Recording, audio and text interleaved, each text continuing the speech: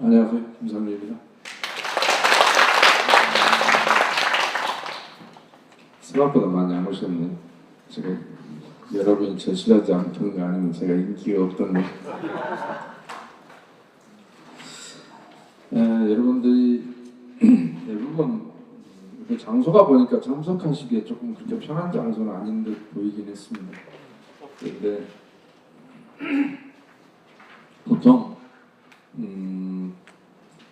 그 조합원님들에게 설명회를 한다고 문자를 단체 문자 보내거나 하면 대개 한 15%에서 20% 정도의 조합원이 참석하십니다. 그러니까 마사지 안 했을 때. 근데 개별적으로 전화하고 안내하고 하면 이제 20% 조금 넘게 참석하고 하는 것 같습니다. 근데 생각보다는 조금 숫자가 적으셔서 바리석 되신 분들 숫자도 안 오신 것 같다라는 생각이 들었어요. 바리석이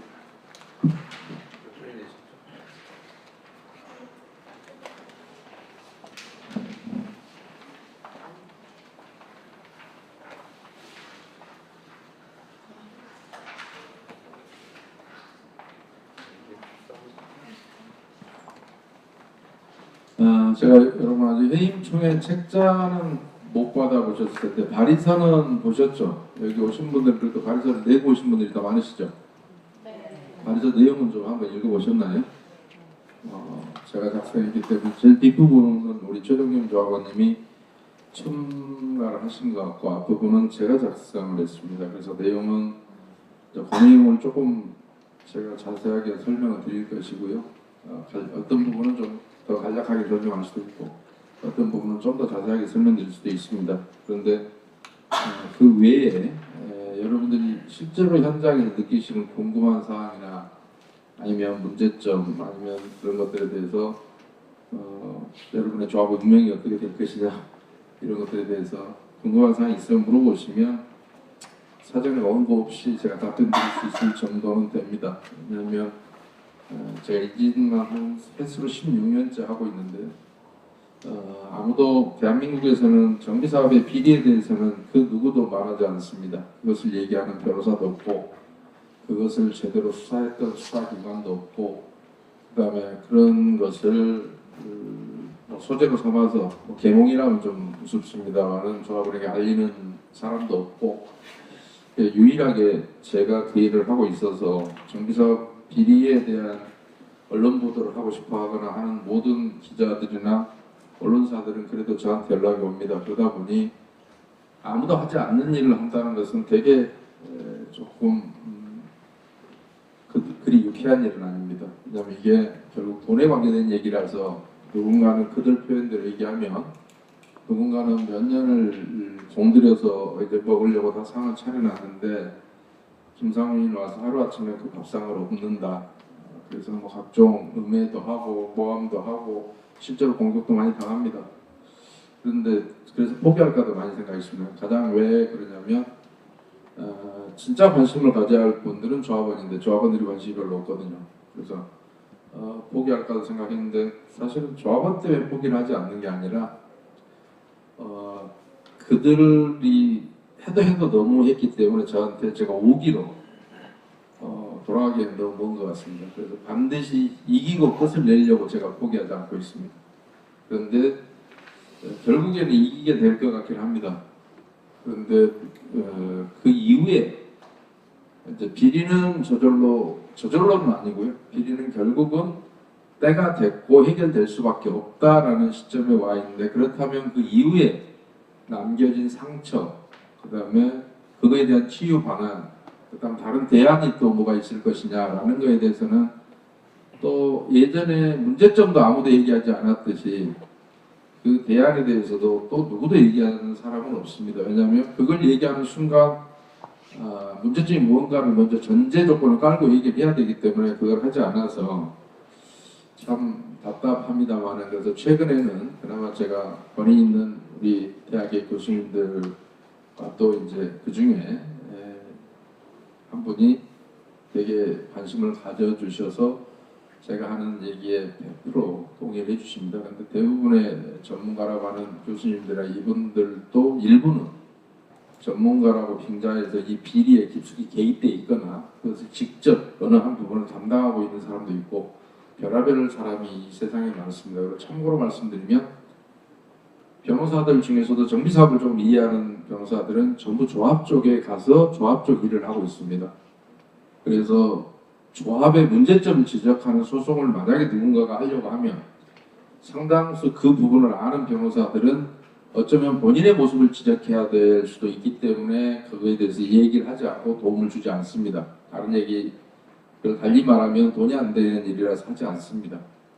왜냐하면 돈이 되는 일이 따로 있는데 올바름을 추구하는 게 결코 대한민국에서는 돈이 되지 않는 것 같습니다. 그래서 하는 그런 시장이 형성되어 있지 않다는 말씀을 드리고요. 그래서 저한테 들은 얘기가 궁금하다고 그래서 인터넷 저놈 하는 얘기가 맞느냐라고 해서 인터넷을 찾아보실 필요는 없습니다. 왜냐하면 찾아보면 제가 써놓은 카페로 다시 들어오게 돼 있어서 어차피 찾아봤자입니다. 그러니까 찾아보실 필요는 없고 다만 그게 아니다라고 하는 놈도 없기 때문에 그리고 그것에 대해서 그러면 명예훼손이다 허위사실 적시다라고 고소하는 놈이 거기에 한두 놈은 있긴 했었습니다. 물론 그러나 고소를 하진 않을 겁니다. 왜냐하면 고소를 하면 그 진위 여부를 저랑 다퉈야 되기 때문에 그들이 저를 만나서 수사기관에서 대질하는 걸 원치 않습니다. 누구도 제가 여기서 지적할 어떤 업체도 저와 다시 만나거나 하는 걸 원치 않고 다만 여러분들을 선동해서 저와의 접촉을 차단하는 것이 그들에게는 빠른 길이라서 아마 그 길은 제가 떠나고 나면 많이 시도를 할 것 같습니다. 다른 조합에서도 그렇기 때문에요. 그래서 그런 측면에서 제가 설명을 좀 드릴 겁니다. 근데 안타깝게도 거제 고현주공 여러분은 그렇고 장평주공이 있었죠. 거기서 제가 한번 왔다 갔는데 아마 임원이 한번 바뀌었습니다. 바뀌었으면 장평주공 조합원들 입장에서는 마지막 희망이고 기회인데 과거의 비리로 인한 손해를 보상받을 물론 집은 지어졌습니다. 그 옛날에 지어서 참으로 그러나 그 피해는 아마 보상을 못 받았을 겁니다. 새로운 집행부 만나서 얘기를 했는데 의지가 없었던 것 같습니다. 그래서 거제에 대한 기억이 그다지 좋지는 않습니다. 제 입장에서는. 그때도 제가 그 문제점을 다 얘기를 해줬는데 불구하고 뭐 조합원이 제 카페를 보는 나머지 제 카페를 보지 마십시오. 보면 불행해집니다. 그 뒤로부터는 정말 불행해집니다. 안 보는 게 답인데 누군가가 또 조합원 중에 봤기 때문에 저를 불렀을 겁니다. 이미 행복하고는 거리가 멀어졌습니다. 보는 순간. 근데 몇 년 전에 저한테는 고현주공 돈에 전화번호가 2개가 입력이 돼 있어서 최종님 조합원님 만나기 전에 2018년도, 19년도에 저와 같이 통화를 하고 얼굴은 뵌 적이 없습니다. 그냥 어제 고현주공 이사 이렇게만 돼 있고 전화번호가 있습니다. 지금 그리고 또 조합 직원 그래갖고 저한테 전화 왔던 조합 직원의 한 분의 전화번호 메모에 돼 있습니다. 하도 그런 사람이 많이 오니까 그냥 그렇게만 저장해놓고 이름 물어보지도 않습니다. 그래서 저한테는 그런 관심이 없어서 그때 그분이 아마 마지막에 저랑 문자 나눴던 것은 조합장이 직권으로 저를 해임할 수 있나요? 그래서 잘릴 짓을 하고 있는 것 같더라고요. 왜냐하면 그쪽에 가 있으면 침묵해야 되는데 왜 그쪽이 코밑에서 잘하지 못하냐고 제 카페 왜 보게 됐으며 그걸 보고 간섭하면 위험한 인물이잖아요. 잘라야죠. 조합 입장에서. 그래서 아마 그분이 지금쯤은 잘렸을지 않았을까 싶습니다. 왜냐하면 그렇게 이사들 중에서도 간혹 저한테 전화 와서 우는 이사도 있었고 옛날에 창원의 모 조합의 이사는 저는 이 동네 토박입니다 하고 우는데 이제 나중에는 울음소리가 안 들립니다. 왜냐하면 1, 2년 지나면 잘리고 없습니다. 그래서 이제 울음소리도 들을 수가 없어요. 그래서 여러분 조합에도 아마 그랬을지 않았을까 짐작을 해봅니다. 그러나 모르겠습니다. 그분이 이름을 모르기 때문에 제가 물어볼 수는 없어요. 전화번호는 저한테 저장이 되어 있는데 그 당시에 나눴던 문자도 아직 저장이 되어 있을 때다. 그래서 그런데 이제 비로소 지금 와서 여러분이 직접 만나서 설명할 수 있는 기회가 오긴 왔네요. 이 해임 채용의 책자 중심으로 우선 설명을 드리고 여러분 질문 받도록 하겠습니다. 혹시 질문하실 내용이 있으면 미리 생각해 놓으셨다가 다 끝나고 질문하시면 제가 충분히 답변 드리겠습니다. 제가 조합 임원에 대한 해임 사유 중에 제일 먼저 소재로 잡은 게 도시정비법 미준수 및 조합원과의 소통 부재로 인한 조합원 손해 발생 이렇게 잡아놨는데 제가 운영하는 카페 이름이 혹시 보신 분들은 서면결의서 위조방지대책위원회라고 써놓고 조합 비리라고 읽습니다. 왜냐하면 그 조합 비리의 모든 것을 가능하게 해주는 것은 여러분들이 직접 의결권 행사했더라면 궁금증도 있고 참 많았을 텐데 보시고 아무런 느낌이 없이 무조건 찬성을 했거나 아니면 그 OS라는 사람들에게 여러분이 알아서 해주세요라고 하는 바람에 뭐 알아야 반대를 하죠. 모르면 찬성입니다. 그래서 해두었던 결과가 지금의 결과일 거예요. 그러니까 조합 임원을 탓하실 필요는 없습니다. 조합 임원을 탓하는 순간 여러분은 이 문제 해결을 하지 못합니다. 다만 내가 잘못했고 내가 그걸 미처 몰랐구나라고 하면 답을 여러분이 찾을 수가 있는데 누군가의 핑계를 대는 순간 이미 그 사람 책임인데 여러분이 어떻게 해결합니까? 그러니까 이 시간 이후에 제가 오늘 설명드린 내용을 그래서 촬영해서 여기 못 오신 분들한테 공유를 좀 하십시오라고 했는데, 그러니까 항상 이런 설명회를 하면 조합 쪽에서 이제 녹음하기 위해서 옵니다. 근데 녹음할 수고로움을 덜어드리겠습니다. 영상까지 제 표정까지 찍고 있으니까 그냥 혹시 녹음기 들으셨으면 끄셔도 됩니다. 그 가서 조합에 가서 가보니까 어떻더라라고 전달하시면 됩니다. 근데 그 OS가 모든 비리의 근원입니다. 그걸 해결하지 않으면, 물론 여러분이 직접 의결권 행사한다고 해서 합리적으로 해결할 거라는 생각은 안 듭니다. 그러나 여러분들이 스스로 했더라면 한 번쯤은 조금이라도 의심은 가져볼 수도 있고, 때로는 총회가 성원이 안 됐을 수도 있고, 그런데 놀랍게도 성원은 항상 되고 조합이 올린 안건은 단 한 번도 부결된 적이 없죠. 그리고 여러분은 어떤 경우에도 그거에 대해서 계산을 해본 적이 없습니다. 근데 왜 계산을 안 하게 되냐면, 여러분들에게 만약에 의결권 행사하고 올해 돈이 얼마 씁니다. 그러면 연말에 지금 쓴 돈 내십시다라고 했으면 여러분은 대다수 안건을 통과 안 시켰을 거예요. 근데 계산상으로만 왔다 갔다 하고 여러분 지금까지 돈 10원도 안 냈죠. 근데 누군가는 돈을 받고 누군가는 조합은 돌아갔잖아요. 누구 돈으로 돌렸나요? 여러분 돈 안 들어갔어요 아직. 다행입니다. 10원도 안 냈잖아요. 자, 맨 처음에 누가 돈을 냈어요? 이 도박판에 꽁짓돈을 대는 놈이 누굽니까? 하우스방은 조합이라는 걸 만들었고 여러분이 만들어줬고요. 도박으로 생각하면. 그 다음에 하우스방만 있어서는 도박판이 돌아가지 않습니다. 꽁짓돈을 대는 놈이 있어야 돼요. 집에 돈 찾으러 가면 도박판 안 되니까 지마로라도 혼나고 또 시댁이 가는 동안에 마음이 변해서 안 돼요. 그래서 거기서 다 돌아가야 돼요, 돈이. 그러면 누군가 꽁지가 돈이 들어와줘야 될 거 아니에요. 그게 누구예요? 시공사였죠. 자, 여러분이 조합을 만드는 이유는 내가 공동 출자하고 공동 구매하자는 뜻이죠. 원래 조합의 뜻이 그렇죠? 그런데 여러분은 조합을 만들기만 했는데 돈은 딴 사람 빌려다니라. 그래서 자, 이 판에 진짜 주인이 누구일까요? 명의상 주인은 조합이고 조합원이 맞습니다. 명의는. 실제 주인은 누구예요? 돈 된 사람이 누구예요? 돈 된 사람이. 그 사람이 주인이에요. 실제로 그들은 표현도 그렇게 얘기해요. 거제 고현 내 현장 이렇게 얘기해요. 거제 고현에 주택 재건축 정비사업 조합이 있고 나는 거기에 시공자다 이렇게 표현하는 게 정확한 표현이죠. 그렇게 표현하지 않습니다. 거의 내 현장 이렇게 합니다. 왜요? 내가 돈 내서 판 돌리고 있거든요. 여러분 현장이라고 말하지 않습니다. 굉장히 중요한 얘기입니다. 제가 매번 이따위 소리를 합니다. 우리가 언젠가 사람을 돈 주고 살 수 있나요? 근데 산다는 표현을 씁니다. 어떤 놈을 산다고 표현 쓰던가요? 변호사 돈 주고 선임한다는 표현이 정확한 표현이죠. 근데 그런들이 하도 얼마나 이 사회에서 못된 짓을 많이 했는지 그런 드림을 싫어합니다. 근데 어느 순간 우리 언어 대중들은 변호사 샀다라고 표현합니다. 자, 옛날 유흥업소 가서 나쁜 짓 안 된 남자들이 사람을 산다는 표현 쓰죠. 거기하고 똑같은 표현을 씁니다. 그만큼 변호사들도 무엇인가 국민들의 요구에 부합하는 일을 못했을 것 같다는 생각을 합니다. 그 표현 자체를 보면 여러분이 근데 아까도 표현을 보시면 주인이 누구인지 보이는 게 시공사는 자기가 돈을 냈기 때문에 자기 거라고 생각합니다. 왜 정부가 그렇게 했는지는 저도 잘 모릅니다. 정부의 크나큰 실책이라고 생각합니다. 그런데 정부는 그래야 할 이유가 있었습니다. 왜냐하면 정부는 이 사업을 함으로 해서 많은 부분, 정부가 해야 될 부분을 여러분 통해서 해결합니다. 첫째는 소형임대주택 짓나요? 여기? 일부 짓죠? 시골을 안 짓나요? 안 짓어요? 여기 조례에 의해서 소형임대 안 짓습니까? 안 짓어요? 시골을 안 짓는 거예요. 그 기반시설을 지금보다 좀 늘어나죠? 세대수가 늘어나니까 기반시설 늘어납니다. 네. 저 수도 용량 늘려야 되고 하수 용량 늘려야 되고 하는 것들 여러분이 해결하죠. 스스로.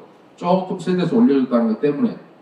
그러니까 도시계획이라는 차원에서 보면 기반시설이 늘어나고 도로나 공원 면적이 늘어납니다. 그러니까 자치단체 입장에는 좋은 일이죠. 그러니까 다만 여러분만 이 모든 비용을 부담하고도 내가 과연 이걸 해야 될 가치가 있는지를 여러분이 잘 따져봐야 됩니다. 그러니까 정부를 못 믿으면 누굴 믿느냐? 아니요. 왜 그들이 이걸 설계할 때 시공사에게 돈을 빌려다가 하라고 했을까요? 그리고 조합이면 여러분이 조합원을 모집해서 갔더라면 시공사에게 돈을 빌려올 이유가 있어요? 없어요? 없었어요. 조합원 모집하면. 근데 여러분한테 사업을 하래요.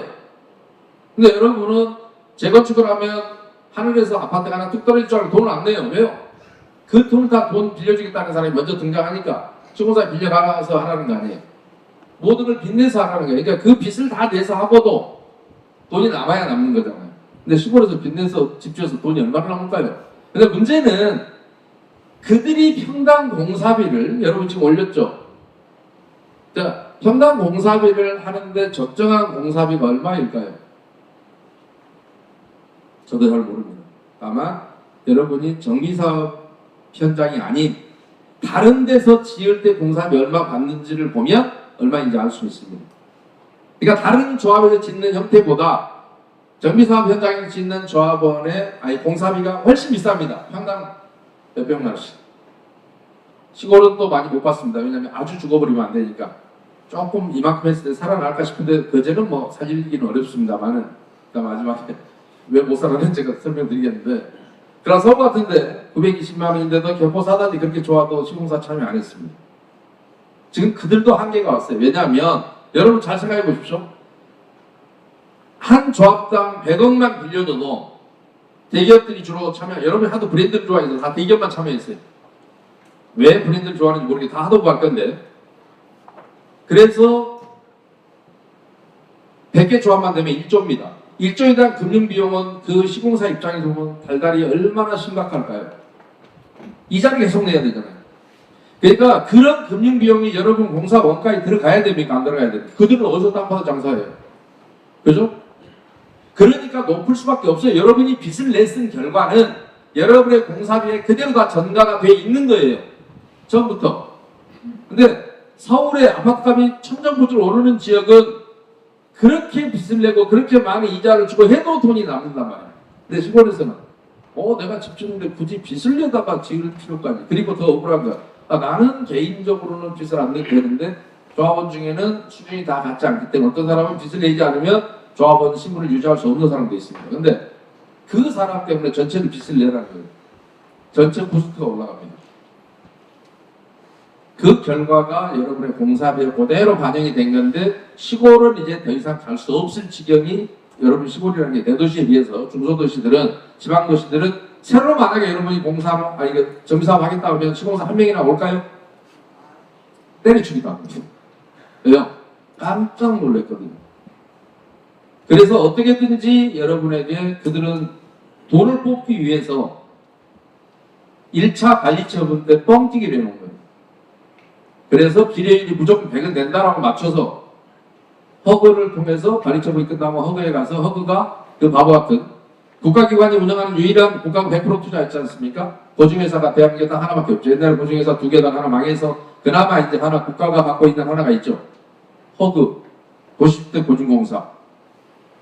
거기 자본금 10조밖에 안 되는 여러분 얼른 보도 보시면 뭐 전세 반환 보증만 120조로 해놨다나 근데 여러분 보증은 옛날엔 자본금 4조라고 할 때 일반 보장 보증이 100조가 넘었다고 했는데 지금 통계를 찾아보니까 잘 안 나옵니다. 저도 인터넷 좀 뒤져봤는데 근데 거기서 여러분의 보증을 했죠. 이제는 시공사는 본전을 뽑았겠죠. 들어간 돈 딱 뽑아서 시공사는 은행으로 넘겨놨잖아요. 여러분 가만히 있는 이 시간에도 은행에서 이자를 받고 있죠. 그러니까 근데 여러분이 지금 이자를 부담해야 될 그 사업비가 과연 적정한 거냐? 제가 몇 가지만 그냥 운영비 이런 거 말고요. 말도 안 되는 것만 여러분이 이해하기 쉬운 것만 몇 개 제가 뽑은 거예요. 근데 그 중에 하나가 뭐냐면 여러분이 도시정보 위반이라고 고소도 많이 하셨는데 거의 대부분 원하는 처벌을 못 받고 저기에 따른 걸로 알고 있어요. 이런 간단한 도시적 민법 하나도 제대로 수사가 이루어지지 못하는 게 현재 대한민국 수사기관의 한계이기도 합니다. 물론 수사기관별로 자질이 너무 차이 나서 여러분의 사건을 담당했던 수사반의 자질에 따라서 약간 차이는 있습니다만 전반적인 수준은 지금 그렇게 되어 있습니다. 더구나 경찰로 수사권이 이양된 뒤에 수사 능력은 형편없이 떨어져 있습니다. 사실입니다. 그러니까 우선 도시적법 위반은 여러분이 총회 의견사항에 대해 정하고 있습니다. 그런데 총회 의견은 법률에서는 총회 의견사항에서 45조 1항에 쭉쭉쭉 나와 있어요. 그런데 총회 의견 시기가 언제인지 안 나와 있습니다. 그걸 대법원 판례로 2009년도에 2010년도에 대법원 판결로 정착한 게 뭐냐면 2009도 14296이라는 판례인데요. 사전 의견이 원칙이다. 왜냐하면 단체법적 규정상 여러분이 일부 75%만 찬성하면 25%는 억울해도 매도 청구하다가 따라가야죠. 그걸 단체법적 규정이라고 합니다. 그런데 그렇게 일부 국민들의 권리를 침해하는 그런 규정을 두고 있었을 때는 그 절차는 대단히 공정해야 됩니다. 그래서 사전 의견이 원칙이고 민법상으로는 일반적으로 민법 133조는 추인의 소급표를 인정합니다. 추후에 소급해서 추인해주면 되는데 여러분은 그렇게 되면 누군가가 지 멋대로 다 해놓고 나서 다 끝날 때 한꺼번에 추인 딱 올려버리면 지 멋대로 할 수 있겠죠. 그러니까 뭐예요? 단체법적 규정상 절차는 대단히 투명하고 민주적으로 운영돼야 되기 때문에 법률에서는 총회 의견을 거치라 했지만 시기는 사전 의견이 원칙이고 추인하는 경우에도 도시적법 위반이다 이런 겁니다. 근데 여러분이 가장 매번 총회 때마다 맞닥뜨렸던 그 OS 계약서는 여러분은 참 희한하게 총회랍니다. 2022년도 예산을 세우는데 2022년도에 정기총회랍니다. 자, 회계년도는 1월 1일부터 12월 31일까지입니다. 대한민국은. 그러면 예산을 세울 때 우리가 정기국회라는 게 뭡니까? 9월 20일 날 열리는 정기국회는 예산국회라고 합니다. 하도 중요해서요. 그 국회에서 하는 가장 큰 일이 차년도에 예산을 수립하는 일이니까요. 근데 그건 언제까지 수립이 돼야 돼요? 최소한 그해 12월 말까지 돼야 1월 1일부터 예산을 집행할 수 있으니까. 그게 안 되면 준회상으로 해야 되는데 대한민국 아직 해방 이후에 준회상을 한 번도 한 적이 없습니다. 그나마 미국은 있었지만 우리는 사전에 다 했습니다. 근데 여러분은 당해년도 예산을 당해년도에 편성합니다. 2024년도 예산 2024년도 정기총회 합니다. 그러면 만약에 3월 5일 날 총회했다. 3월 4일까지는 예산도 없는데 지멋대로 썼네요. 그 모든 게 도시법 위반이죠. 근데 더 기가 막힌 것은 자, 급여는 가져갔으니까 일했으니까 가져간다고 칩시다. 여러분의 이 모든 사업비의 완성을 해준 여러분을 대신해서 의결권을 갖다 제출해주고 해줬던 그 OS는 그 정기총회에서 비로소 총회 예산이 성립이 되죠. 근데 그들은 미리 계약을 해서 그 총회가 끝난 날 걔들은 업무가 끝나는 날이에요. 그러니까 어떤 경우도 OS 예산은 정기총회를 당연도에 하는 날 당연도 총회, 정기총회 예산만큼은 100% 도시법 위반입니다. 자, 도시법 위반이었을 때 그 계약의 아까 도시법 위반은 형사 판결입니다. 형사상 2년 이하의 징역, 2천만 원 이하의 벌금에 처한다 이렇게 되어 있는 겁니다. 그런데 그러면 민사상 그 효력은 어떻게 될 것이냐라고 하는 게 대법원 2014 105111이라는 판결에 의해서 민사상 효력이 없다, 무효다라고 하는 겁니다. 그러면 자, 민사상 효력이 없으면 용역비를 줘야 돼요, 말아야 돼요? 예? 효력이 없는 계약에 의해서 용역비를 청구할 권한이 있어요, 없어요? 효력이 없으면.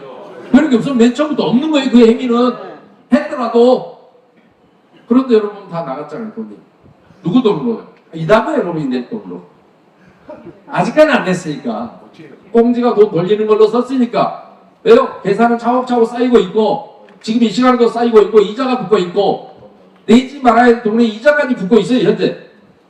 그 얘기를 첫 번째 항목에서 하고 있는데 더구나 예산이라고 하니까 예산은 어떻게 하는 거예요? 산출 근거가 있고 뭐 예를 들어 인건비는 어떻게 들어가고 뭐 하는데 몇 명이 투입되고 어떻게 예를 들어 사업비 같으면 이거 하는데 어떤 산출 근거를 갖고 있고 산출 내역이 있어야 될 거 아니에요. 근데 과거에는 2019년 10월 24일 이전까지는 정비사업비 사용 보니까 제목하고 돈만 있는 걸 예산으로 봤어요. 무슨 비용 얼마, 무슨 비용 얼마. 지금도 여러분 그렇게 예산 짜고 있습니다. 그렇죠, 여러분 총회 제가 잠깐 들여다봤거든요. 근데 2019년 10월 24일 날 법 개정으로 하도 그렇게 엉터리로 예산을 짜니까 뭐라고 했어요? 정비사업부의 세부 항목별 사용 계획이 포함된 예산안 및 예산의 사용 내역을 총회 의결 거쳐라. 그 얘기 무슨 얘기예요? 예산이라는 건 아까 헌법재판소에서 정의하기를 어느 기관이나 단체가 1회계년도 동안 수입과 지출의 계획을 미리 세마에 정한 계획을 겁니다. 수입과 지출을 무슨 말인지 대충 이해하시죠?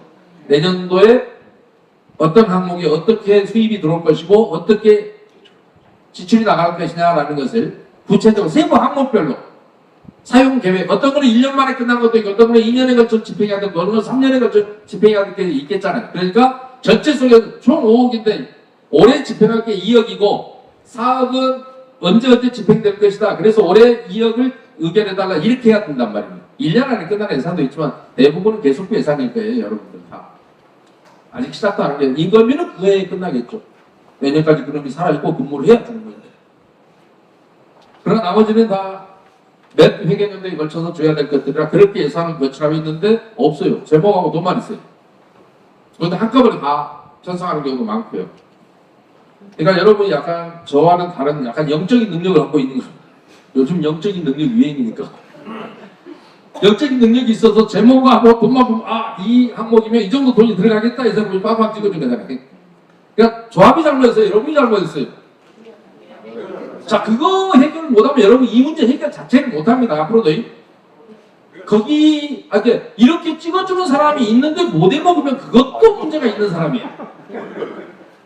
이거 쉬운데 제가 제 카페에 써놨어요. 저는 전 세계적으로 대한민국의 조합장만큼 좋은 직업을 봐본 적이 없습니다.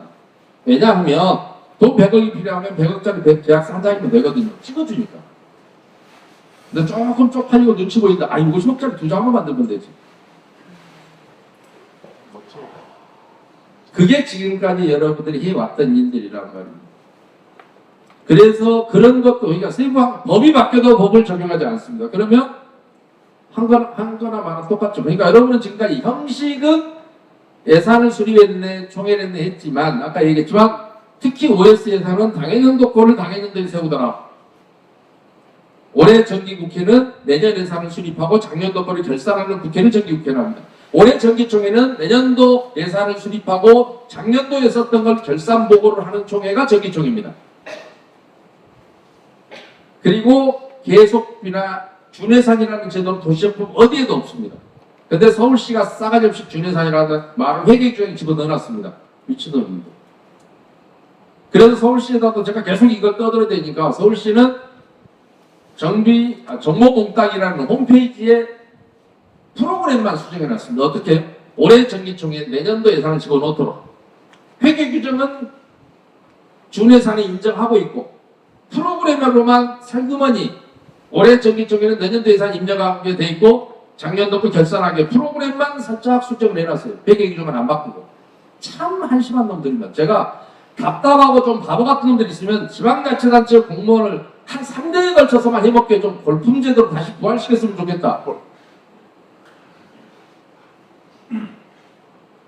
그런데 여러분은 그들을 믿고 그들의 의지에서 모든 사업을 하려고 하면 정말 답답해 죽을 것 같습니다.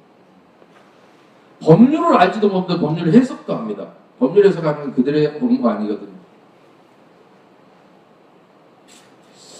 재밌습니다. 그래서 여러분들이 그런 부분들을 기본적으로 문제가 여러분 조합 같은 경우는 아까 이 모든 일들을 여러분들이 전문성이 떨어진다는 이유로 도시정비법이라는 걸 2003년 7월 1일 날 만들었는데 그때 가장 패착이 있었다면 뭐냐면 정비사업 전문관리업이라는 제도를 만든 겁니다. 여러분이 전문성이 없으니까 여러분이 사업을 해야 되는데 왜 조합을 만들어서 사업을 해라 했는지 저는 지금도 미치고 환장하겠습니다. 조합이면 조합원을 모집해서 직직해 만들었어야지 왜 사업을 하라고 해갖고 남의 돈을 빌려오게 만들었지? 똑같은 조합이 있습니다. 주택법상 조합인 지역주택조합이라는 게 있습니다. 거기는 사업을 하나요? 여러분이 50%만 동의하면 조합원을 모집하죠. 미리. 외부 조합원을 다 모집해서 여러분들끼리 그냥 조합원 그냥만 하죠. 기본적으로 사업 안 하죠. 그쪽에 공사비 얼마인지 압니까? 평당 공사비가 여러분보다 많이 쌉니다. 왜요? 시공사가 힘이 없어요. 내가 돈 주고 있고 돈 다 걷어 들고 있고 그때그때 돈 줄 건데 비싸게 못 부르죠. 지가 투입한 돈이 없으니까요. 그러니까 똑같은 조합인데 공사비가 많이 달라요. 그쪽하고 여러분 조합은. 세상에는 공짜가 없는데 여러분이 공짜가 있을 거라고 확신을 갖고 있는 거예요. 공짜 있습니까? 살아보니 없습니다. 특히 누군가 돈 줄 때 조건이 없어요. 자, 그래서 누군가는 만약에 여러분이 해임을 하면 세상엔 공짜가 없음을 아는 누군가는 또 고통스러운 사람이 있습니다. 왜 그런지를 여러분이 상상에 맡겨 있습니다. 그런데 여러분이 이 정비사업 전문가, 여러분의 전문성을 보충하라고 만든 게 정비사업 전문관리업체인데 얘들이 전문성을 갖고 있는 게 아니라 도덕적으로 잘못되는 거예요. 이것마저도 또 여러분은 도시정보 위반했습니다. 자, 여기 앞에 보면 시행자, 보현주공아파트 주택재건축 정비사업자 조합 설립 추진위원회. 추진위원회라는 건 조합이 설립되고 나면 사라집니다. 조합이 설립된 뒤에도 추진위원회라는 명칭을 사용하는 자는 심지어 형사처벌하도록 되어 있기도 합니다. 그리고 자, 이 추진위원회는 정비사업 전문관리업체를 선정할 수는 있습니다. 그러나 법제처에 질의를 한 결과 이 사람을 조합대까지 데리고 와야 되나요? 아니, 추진위원회에서 정비사업 전문가들을 선정할 수 있다고 되어 있지만 도시정비법 45조 1항에도 내나 조합원 총회에서도 선정할 수 있다고 되어 있어요. 그러면 왜 똑같은 걸 두 군데 만들어놨을까? 아니, 추진위원회는 추진위원회 조합 설립까지만 추진위원회가 하는 일이니 그때까지는 선정한 정비업체는 그때까지 일만 하고 조합이 된 뒤에는 또 새로이 정비업체를 선정해야 된다는 것이 법제처의 법률 해석 결과고 그것이 고등법원에서도 그렇게 판결이 돼서 대법원까지 그대로 심리불속된 기각돼서 그건 이미 판결로 정착이 되어 있습니다. 그런데 여러분은 추진위원회 선정한 업체가 계속해서 직면 조합 일도 하고 있습니다. 그렇죠? 돈도 나가고 있고 법은 여러분만 안 지킬 수 있는 법인가 아니면 대한민국 국민이면 다 지켜야 되나요? 법은. 그거 여의도에서 만들었으니까 지켜야 될까요? 안 지켜야 될까요? 거제시에서 만든 조례는 여러분들끼리만 지키면 됩니다. 근데 그것마저도 법으로 한계를 벗어나면 안 돼요. 물론 거제시가 조례 제정권 있나요? 없을 수 있는데 조례 제정권 없는 시도 있으니까 아무튼 경상남도 조례가 있다고 칩시다. 경상남도 사람들만 지키면 돼요. 그러나 법은 대한민국 사람이 다 지켜야죠. 이것도 도정법 위반하고 있는 거예요. 그런데 여러분들이 요거는 계속범이라고 지금도 공소시효는 살아 있습니다. 그 당시 기한할 때는 2017년에도 현재도 일을 하고 있기 때문에 지금도 처벌을 하면 됩니다. 근데 이런 거 하나도 고소하면 경찰이 다 수사를 못해요. 그런 판결문 갖다 줘도 잘못 판정하겠습니다. 아무튼 그러니까 여러분들이 고소를 했는데 왜 무혐의난다고 조합에서 막 이렇게 하는 경우가 어느 조합이나 있거든요.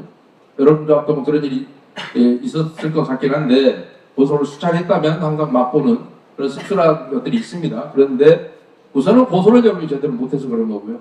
가서 정확하게 설명을 못해서 그런 거고 경찰관이 법을 알 거라고 생각하는 게 아니라 여러분이 고소장이 들어감으로 인해서 비로소 경찰은 수사에 착수하는 것이기 때문에 여러분이 보통 많이 쓰는 말로 수사에 단서가 있느냐라고 얘기하잖아요.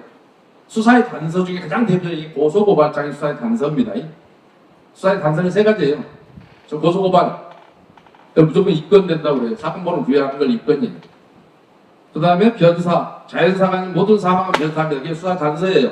그래서 검사 지휘가 있어야 나가요. 이게 타살 혐의가 없다라고 검사가 판단해야 유족한테 갑니다. 길거리에 죽은 사체가 있다면. 그게 수사의 단서라서 그래요. 그 다음에 세 번째가 풍문, 소문. 누가 내가 주가 주장을 했다 하더라 이런 게 소문이에요. 그래서 그걸 확인해 보니까 진짜네 라고 하면 수사를 하는 겁니다. 수사기관이. 그 세 가지가 그러니까 인지사건이라고 그래요. 언론 보도에 나오는 모든 사건들이 대부분 인지사건이에요. 고소고발 사건은 아무리 해도 언론 보도 잘 안 해요. 왜요? 그 사람이 피해자가 신고해서 하는 거기 때문에 별로 중요하지 않아서 안 해요. 그리고 개인적 법익이라서 잘 보도 안 해요. 근데 인지사건 이런 거는 사회적으로 파장이 컸을 때 하는 거예요. 그래서 피해자가 여러 있는 사람이 개인이 1,000억을 피해봤다 이런 거는 인지 안 해요. 청탁 수사가 되기 때문에. 그래서 수사의 단서라는 게 세 가지인데 여러분이 단서 제공을 잘 못한 거예요. 그런데 더 웃긴 것은 이 수행할 업무의 범위에 이 정비업체가 참 특이합니다. 전지전능한 업체를 뽑으신 거예요. 뽑을 때는 추진위가 뽑긴 했는데, 자, 토지등 소유나 관련 업무 각각 동의서 진구 업무 뭐 아주 자세하게 되어 있습니다. 수행할 업무 범위. 이렇게 일 열심히 자세하게 하겠다는 업체 처음 봤습니다. 그 다음에 조합 설립 변경 관련한 업무도 다 있어요. 근데 더 웃긴 건, 자, 여러분 총회 때마다 OS 썼죠? 이 계약서에 의하면 얘들이 다 하게 돼 있어요. 자, 정기 임시총회 및 각종 총회 개최 업무 및 인력 운영. 운영을 하려면 제가 인력을 대야 운영하는 거잖아요. 그죠? 운영을 대고 운영만 인력 대고면 지가 운영을 어떻게 하는 거죠? 지가 대봐야 운영을 하지. 그죠? 운용이라는 게 뭐예요? 이사회 대의원의 개최 업무, 협력사, 협의 및 회의 개최 업무. 협력사는 가로 열고 조합, 시공사, 설계, 정비사업 전문관리업자 등 지가 정비사업 전문관리업자인데 그놈들과 협의 및 회의 개최 업무를 하게 돼요. 재미있는 놈 많습니다. 세상에는. 기타 회의와 관련된 업무도 얘들이 하겠다는 거예요. 그 다음에요. 나중에 다른 계약을 다 따로 했기 때문에 제가 미리 알려드린 거예요. 자, 계약 이중을 하면 뭐예요? 업무상 이중으로 손을 끼치면 업무상 배임이라 하나요? 그런 경우? 그 상식적으로 그 정도는 알죠. 누구나 법학을 안 했어도. 홍보 및 협력사 지원관 조합을 홍보물 사전 사업 추진 안내문 작성 업무 등 각종 총회 소집 안내문 작성 업무 입찰 공고문 작성. 근데 여러분 다 여러분 손으로 안 돼. 계약서 및 계약 조건 검토 협의 요거는 변호사법 위반입니다. 변호사 대한민국에서 법률행위를 검토할 수 있는 건 변호사밖에 자격을 주지 않습니다. 법무사가 해도 위반입니다. 물론 무상으로 하면 위반 아닙니다. 돈을 받고 하면. 근데 얘들은 돈 받잖아요. 그죠? 부동산 중개업 동네 슈퍼 아저씨가 돈 안 받고 소개해줘. 중개업법 위반 아니에요. 근데 돈을 받으면 중개업법 위반입니다. 똑같습니다. 같은 원리에. 자, 조합의 피해 및 계약 불이행에 따른 보상 청구 업무. 와, 변호사분 이렇게 전지전능한 정비사업 전문가를 제가 본 적이 없어요. 조합과 협력사 간의 분쟁 발생 시 1차 조정 업무. 얼마나 전지전능한 업체를 뽑았습니까? 이름도 거룩합니다. 정비기획원 주시겠습니다. 계약서 검토 및 참여업체별 비교 피탁서. 아무튼 여러분의 모든 길은 정비업체로 통하는 것 같습니다. 그 다음에 이주 업무 등 지원, 사업시행 인가하면 뭐 물론 법에 있으니까 다 있고요.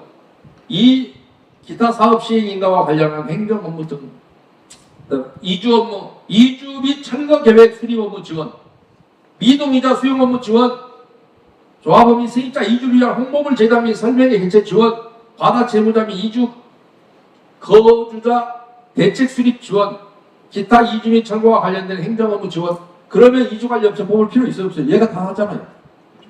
이주관리업체 뽑았죠 여러분들? 근데 여기에 의하면 얘가 다 하잖아요. 그죠? 비교표 작성도 하고 아무튼 업체 심지어는.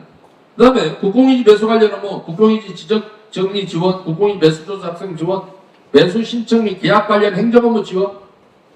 참 여기는 변호사법을 잘 몰라서 아무튼 자기의 능력을 너무 과다평가하고 있는 것 같아요. 아무 소리나 좋은 말 다 갖다 쓰는 습관을 갖고 있는 거예요. 법 위반이 뭔지 잘 몰라요, 없죠. 관리처분계획인가 및 분양신청, 조합원 분양신청 및 채권관리 신고 업무 지원. 재권리 신고 업무. 채권관리가 아니라. 압류, 가무, 가등기, 근저당권, 전세권, 지상권 등. 야, 이것도 변호사법 위반. 얼른 봐도 알겠죠? 얼른 봐도. 이런 권리분석 업무는 변호사만 할 수 있다라고 돼 있어요. 변호사법 위반의 판례 중에 많이 있어요. 비점유 국공유지 처분 방법, 자문 및 대본조서 작성 지원. 법률행위 자문한다면 또 자문이 있어요.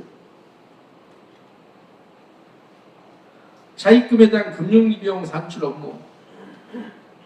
분양신청 지원 업무. 근데 분양신청 관리 아마 여러분 도급계약에 아까 많이도 받았을 때다 2억 2,500원인가 2억 2,500인가 받았던데 왜 이 업체가 다 하는데 업체를 또 선정해서 왔습니까? 청산 및 청산 업무, 조합회사 및 청산 업무, 구성 업무 지원, 청산금 산출 업무, 협력사와의 정산 업무, 조합 재서류 구청 이관 업무 지원. 아무튼 다 하는데 우리 도시정비법에서 항상 미비한 청산 업무를 과연 누가 해야 되느냐라는 것에 대한 규정이 없습니다. 근데 서비스로 이 업체가 해주신답니다. 법률 업무라서 쉬운 일은 아닌데 아무튼 유지관리 및 하자 업무 지원. 이야, 저는 이렇게 훌륭한 일을 하는 업체라면 전국적으로 홍보하고 알릴 필요는 있습니다. 저는 이렇게 훌륭한 업체를 아직은 제가 보지 못했습니다. 제가 16년 동안 봤는데 못 봤습니다. 여러분이 가장 유능해 보이는, 스스로 유능하다고 하는 업체를 선정하시는 건 맞습니다. 그다음에 그래서 어찌됐든 추진이 벌써 근데 기본이 빗나가면 그 다음은 안 봐도 좀 뻔합니다. 여러분 항상 모든 게 기본이 중요한 것 같습니다. 그래서 아까 다른 걸 설명하기 위해서 미리 설명드린 이 업체가 너무 계약서를 자세히 해놔서 이렇게 해놓으면 참 시비하고 약점 잡기가 너무 좋습니다. 이렇게 자세히 써놓으시면. 근데 뭔 말인지 모르게 써놓으면 이 말이 뭔 말인지 몰라서 법률 적용이 어려운데 이렇게 자세히 써주시면 대단히 반갑습니다. 이게 수사를 하거나 하는 사람 입장에서는 다 써놨으니까 너무 쉽게 적용만 하면 되거든요. 다 보여줬으니까. 근데 애매한 소리를 써놓으면 힘들어요. 이주관리 및 범죄 예방 영역으로 인한 손해라고 했습니다. 제가 이주관리 및 범죄 예방이 7억 9,090만 원 돼 있습니다. 물론 부가세 포함하면 8억이 훨씬 넘을 것 같습니다. 주식회사 사무진건설. 그런데 자, 아까 이주관리 누가 한다고 했어요? 정비업체가 다 지원해준다 그랬잖아요. 근데 여기 보면 이주비 신청 접수 및 전산관리, 세입자 주거이전비 신청 접수, 세입자 주거이전비 참 재밌습니다. 세입자 주거이전비 재건축에서 주는 사례가 전국적으로 한 건이라도 있나요? 근데 이 업체가 그걸 넣어놨잖아요. 이 자체가 이게 그냥 보실 게 아니라 물론 이 업체가 재개발 조합과를 그대로 옮겨놔서 그런 거예요. 지자가 막 나의 실수 그러겠죠. 여기는 재건축이었구나. 있는 걸 좀 사기를 칠래도 성의 것을 쳐줘야 좀 다른 기분이라도 덜 상하지. 구역 내 거주자 실태조사, 조합 및 세입자 시가 실태조사 안 하면 조합이 파악 못 하나요? 이미 다 파악돼 있어요. 이주 예정 세대 이주 계획 일정 확인 완료 확인 업무, 이주 거부자 면담 이주 선택, 이주 완료 확인 업무는 제일 잘하는 놈이 법무사예요. 왜냐하면 은행에서 이주비 내줄 때 공급 확인서를 갖고 와야 잔금을 준단 말이죠. 얘가 더 늦어요. 이 업체가 끼어들면 꺼리적거리기만 해요. 왜요? 더 정확한 정보를 갖고 있는 게 이주비 대출에 좀 법무사니까 여러분 해보셨잖아요. 이주비 받을 때 공급 확인서 썼어요? 안 썼어요? 그래야 잔금 줘요? 안 줘요? 이 업체에다가 신고했어요? 법무사한테 신고했어요? 이제 기억이 하나씩 돌아오세요? 돌아오시겠네? 기억이 돌아오세요? 2주 거부자 면담 2주 설득. 설득 당해보신 분 혹시 이 업체한테? 안 가려다가 설득으로 가신 분? 왜요? 스스로 거울 보니까 좀 부끄러움도 있고 막 이래요? 한 번도 거울 안 봤죠 스스로는? 비춰주기 전까지. 가슴이 답답합니다. 2주 하려고 체기가 있으셔? 체기가 있으셔? 예. 2주 완료 가업 내 외부인 출입 감시. 지금도 그럼 근무하고 있어야 돼. 완료됐잖아. 외부인 언제 들어왔자고. 정비사업 구역의 우범지대 및 범죄 발생 예상 구역의 불량 가로등 확인 업무. 불량 가로등 확인 업무. 재밌다. 불량 가로등이 몇 개나 있어요 혹시? 어째 이 동네는 다른 동네는 불량 가로등도 있고 그래요. 왜? 그 다음에 범죄 예방 업무와 관련하여 인근 경찰서 및 소방서 등 유관부서 협의 및 대관 업무. 혹시 경찰서에 물어보십시오. 한 번이라도 이 업체하고 협의한 적이 있는지. 좋은 말은 여러분의 모든 업체는 과도한 용역비를 받기 위해서 세상에서 표현할 수 있는 모든 표현과 모든 뭔가 어벌쩡한 얘기는 다 써놨는데 여러분한테 아무 관계 없어요. 불량가로등이 어디 있으면 불량가로등도 처음 봤어요. 불량소년, 정선 이런 거 들어봤는데 불량가로등이 나는 참 재밌어서 어처구니가 없는데 구역 내 폐쇄연료 텔레비전 등 범죄 예방 시설물 설치 및 관리 이거는 정보통신공사업 등록을 하지 않으면 이 업무를 할 수 없습니다. 정보통신공사업법 위반입니다. 2년 이하의 징역, 2천만 원 이하의 벌금에 처하도록 되어 있습니다. 이 업체는 죄송하지만 정보통신공사업 등록을 하지 않은 업체입니다. 여러분이 정보통신공사협회 가면은 상호 조회하면 조회가 되도록 되어 있습니다. 그 다음에 CCTV를 경비업 허가는 가지고 있습니다. 그럼 경비업 허가를 받기 위해서 CCTV를 만약에 달려고 하면, 설치를 하려고 하면, 설치한다 했잖아요. 시설물 설치 및 관련무였잖아요. 설치를 하려고 하면 정보통신공사업도 있어야 되지만 기계경비업이라고 있습니다. 경비업 중에 대한민국 경비업체가 한 1,500개 있는데 그 중에 90%는 시설경비업입니다. 그리고 10% 정도의 그 신명보호업을 등록한 업체. 신명보호업 하려면 자본금은 같은데 유담자 5명 이상 있어야 되고 뭐 이런 조건이 좀 있습니다. 그래서 전체 10%밖에 안 됩니다. 내가 시설물 말뚝처럼 서 있으면 되는 애들은 대부분 90%고요. 그 대신에 아주 드물게 CCTV를 통해서 내가 뭘 감시하겠다 그러면 기계경비업 면허를 따로 등록을 해야 되는데 그거는 정보통신공사업 등록보다 요건이 더 까다롭습니다. 왜냐하면 기술자가 정보통신공사업 3명만 필요한데 거의 5명이 필요합니다. 기계경비업 등록 없이 했다 그러면 경비업법 위반입니다. 기계경비업 등록은 대한민국 소수업체만 돼 있고 이 업체는 기계경비업 등록 안 했습니다. 아무 소리나 하면 되는 게 아닙니다. 정비사업구역 내 범죄예방및 주민안전을 위한 주야간 순찰 업무 시설경비업 등록을 한 자는 해당 시설물에 배치되어 있어야 되고 그 장소를 떠나면 떠난 놈도 처벌받고 떠나라고 지시한 놈도 처벌받습니다. 그러니까 만약에 시설경비업은 아트홀에 시설경비 들어왔다. 만약에 여기 여러분이 하면 신병보호업을 들어오는 게 시설경비업 들어옵니다. 그런데 장소가 바뀌어서 옆 건물로 갈래? 너희들이 열로 따라와. 그래서 따라가 버리면 처벌받습니다. 왜요? 신고된 그 장소에만 배치가 가능합니다. 그런데 순찰을 하고 돌아다녀요? 돌아다녀요? 그리고 어차피 부실 거잖아요. 시설 경비할 필요가 있나요? 아니면 여러분들이 평소에도 안 하던 여러분들 연예인들처럼 신변보호 이런 거 받고 싶었어요? 옆에 끼고 다니고 싶었어요? 좀 손잡고? 재건축은 어차피 새도 따라 생기는데? 조합장 지가 신변보 할래. 그분들은 그러더라고요. 네. 제가 배운 대한민국의 조합장은 총리보다는 의전이 더 엄격하고 대통령보다는 좀 빠진다. 장관은 지 혼자 다니니까 그거 필요 없고요. 장관 이런 것들 아무것도 아니. 총리부터는 약간 의전 경호를 약간 하거든요. 근데 불과 그것도 맨날 안 붙어요. 근데 총회장에 가보면 항상 대한민국 조합장이 대통령과 총리 사이에 의전 경호를 받고 있는 걸 제가 보긴 합니다. 물론 경호는 아닙니다. 경비입니다. 경비.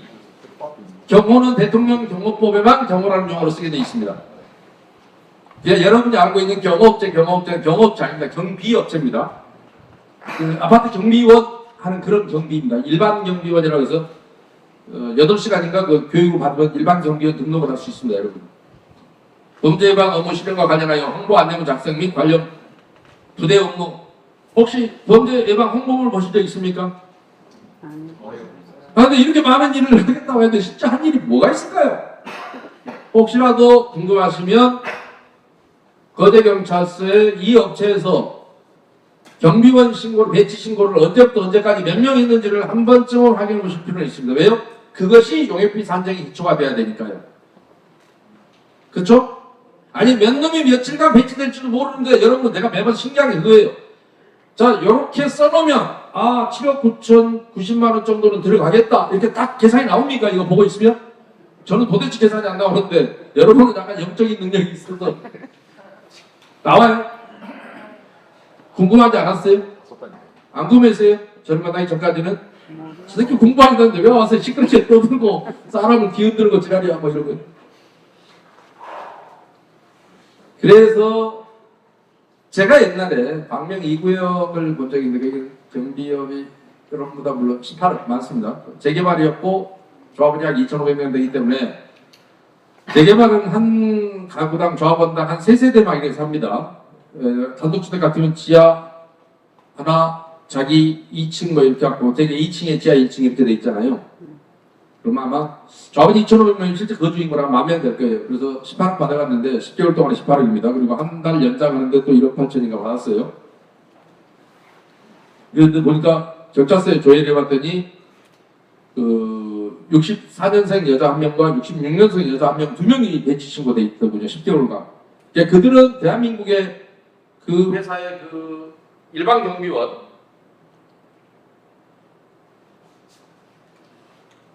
그 업체가 광명경찰서에 배치 신고했던 그 일반 경비원은 최소한 람보보다는 능력이 뛰어납니다.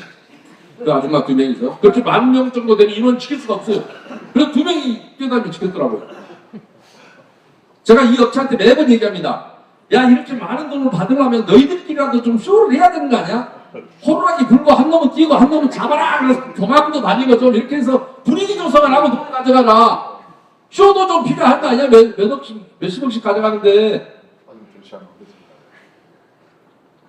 여러분 혹시 범죄 예방은 뭐예요? 하도 많이 들었잖아요. 112. 이건 기억하시죠? 그 전화번호 모르시는 분. 이 업체 전화번호 알아요?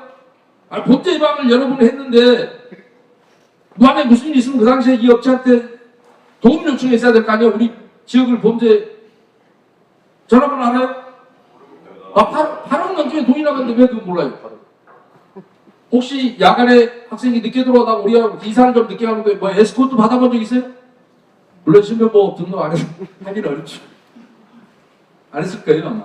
한 대가 10%밖에 안 되거든.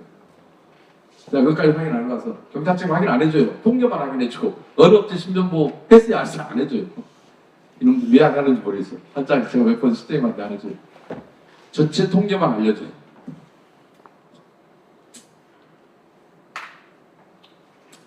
슬픈 일이죠. 약간 저는 재밌게 얘기하지 어떨 것이고 계속 슬프게 얘기하면 너무 비참하잖아. 그 다음에 국공이지. 자, 이래서 아무튼 이 돈은 지금쯤이면 다 집행이 됐을 것 같은, 그죠? 그리고 이 집행된 돈은 누군가의 돈을 빌려왔고 이자도 열심히 붙고 있을 것 같은, 그게 여러분의 지금의 모습입니다.